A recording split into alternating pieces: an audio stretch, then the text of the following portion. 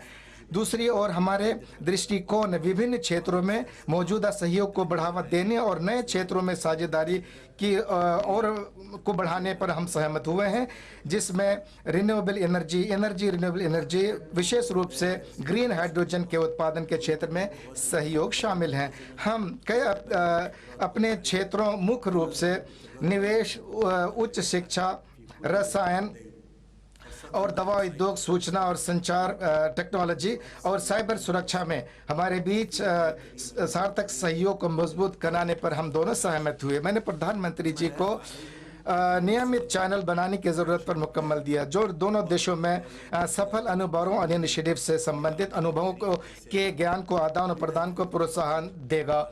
विशेष रूप से स्थानीय उद्योग, छोटे और मध्यम उद्योग के विकास के संदर्भ में नागरिकों के लिए एक डिजिटल लाइफ मुहैया करने और उनके जीवन स्तर को बढ़ाने में महत्वपूर्ण योगदान अदा करेगा। ये भी कोई रहस्य की बात नहीं है कि मिस्र और भारत दोनों प्राचीन सभ्यताएं हैं जिनकी जड़ें इतिहास में पैवस्त हैं, और इसीलिए हम दोनों देशों में सांस्कृतिक कार्यक्रमों में पारस्परिक भागीदारी के माध्यम से सांस्कृतिक स्तर पर संबंधों और रिश्तों को मजबूत करने की और दोनों लोगों के बीच संचार के साधनों को सुविधाजनक बनाने के महत्व पर हम लोगों ने जोर दिया। विशेष रूप से काहिरा और नई दिल्ली के बीच कनेक्टिविटी को बढ़ाने के लिए फ्लाइट की तादाद बढ़ाने के बारे में भी हमने बातचीत की।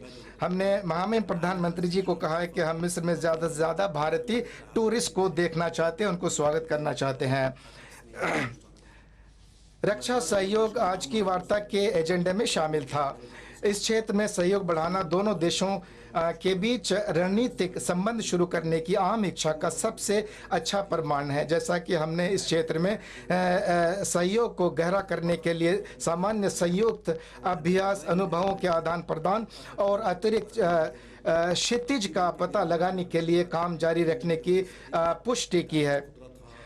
मेरे और प्रधानमंत्री जी के बीच क्षेत्रीय और अंतर्राष्ट्रीय स्तर पर आम हित के सबसे महत्वपूर्ण मुद्दों पर गहरी और उपयोगी चर्चा हुई। उनमें से सबसे महत्वपूर्ण वैश्विक आर्थिक संकट और विशेष रूप से विकासशील देशों पर उनके प्रभाव हैं। हमारे अनुमान इस तथ्य से मेल खाते हैं कि अंतर्राष्ट्रीय प्रभाव वाले बार बार आने वाले संकटों ने एक बार फिर मित्र देशों के बीच अपनी क्षमताओं को बढ़ाने के लिए संयुक्त कार्रवाई के महान मूल्य को प्रदर्शित किया है, ताकि इन संकटों के उत्पन्न चुनौतियों का सामना बेहतर तरीके से कर सकें। हमने आतंकवाद का मुकाबला करने और चरमपंथी विचारधारा का सामना करने के आदर्श तरीकों पर भी चर्चा की। इस संबंध में हमारा एक सामान्य दृष्टिकोण है, जो यह है कि एक साथ सहयोग से हिंसा को ख़त्म करने की मदद मिलेगी, क्योंकि हिंसा, आतंकवाद और चरमपंथी विचारधारा का प्रसार एक वास्तविक खतरे का प्रतिनिधित्व करता है। मैंने प्रधानमंत्री के साथ शर्म और शेख में COP27 सम्मेलन के महत्वपूर्ण परिणाम की भी समीक्षा की, विशेष रूप से जलवायु परिवर्तन से होने वाले नुकसान और नुकसान के वित्त पोषण के लिए एक कोष की स्थापना के संबंध में, विशेष रूप से विकासशील देशों में जहां बुनियादी ढांचे की कमी है जो कि जलवायु परिवर्तन के प्रभाव का सामना करने में असमर्थ हैं। मैंने प्रधानमंत्री जी को वर्ष 2023 के लिए भारत के G20 समिट की मेज़बानी में होने वाले सभा में भाग लेने के लिए आमंत्रण देने के लिए अपना आभार प्रकट किया और धन्यवाद दिया है, और उन्हें आश्वासन दिया है कि मिस्र एक रचनात्मक दिशा में वार्ता को आगे बढ़ाने के लिए प्रयास में कोई भी कसर नहीं छोड़ेगा। दक्षिण के देशों की आकांक्षाएं और ऊर्जा संकट, जलवायु परिवर्तन, भोजन की कमी, विकास के लिए वित्त पोषण की कमी और विकासशील देशों द्वारा बकाया ऋण के संचय का सामना करने के लिए प्रभावी तरीकों की अनुमति देना, ये ऐसे मुद्दे हैं जिनमें हमें अंतर्राष्ट्रीय आर्थिक वातावरण में स्थिरता और संतुलन बहाल करने के प्रयास में अपनी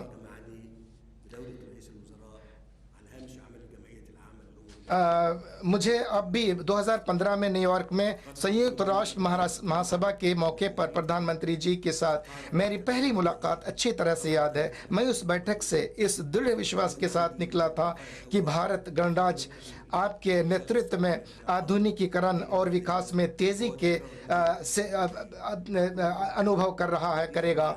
इस पहली बैठक के बाद से हमारे दोनों देशों के बीच संबंधों के भविष्य के बारे में मेरे मन में बहुत आशा है और उम्मीद करता हूं कि भारत आगे बढ़ता रहेगा।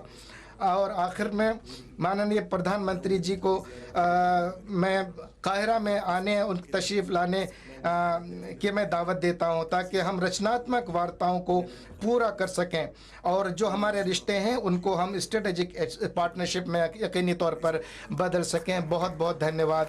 हम दुआ करते हैं कि भगवान का God's peace and blessings be on you all. Thank you very much.